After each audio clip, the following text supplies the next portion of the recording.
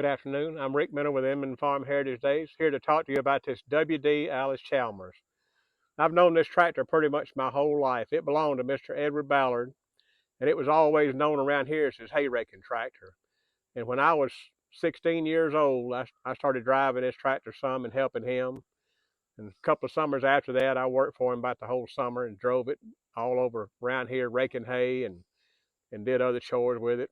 A little bit of plowing sometimes, mowing a lot. I remember one time we were baling some wheat straw and I was raking and he was baling with it was a square baler, but it made the bigger bales. And I was trying to keep ahead of him. And I guess I got behind on my steering and I got to making like a bubble at the end of the windrow. And I knew he was not going to like that.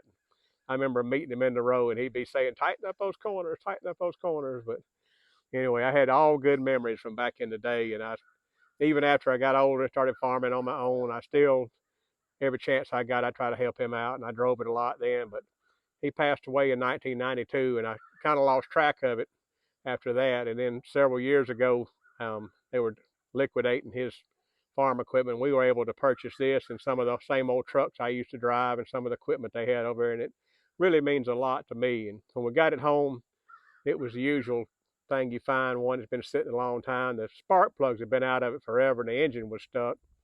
And of course, you always try the snake oil treatments for getting the engines freed up, and most of the time they don't work.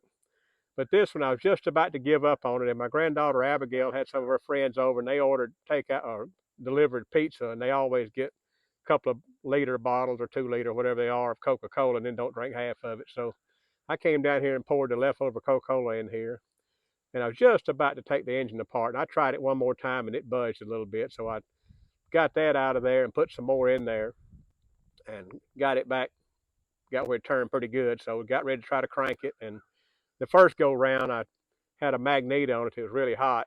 And I guess I got off on the timing on it and it busted the starter. It kicked back and busted like a brand new rebuilt starter I just had gotten. And I got aggravated with it and frustrated. So I ended up got a distributor to get it back like original, and we got out here today and Steph and I pulled it around and couldn't get a sound out of it.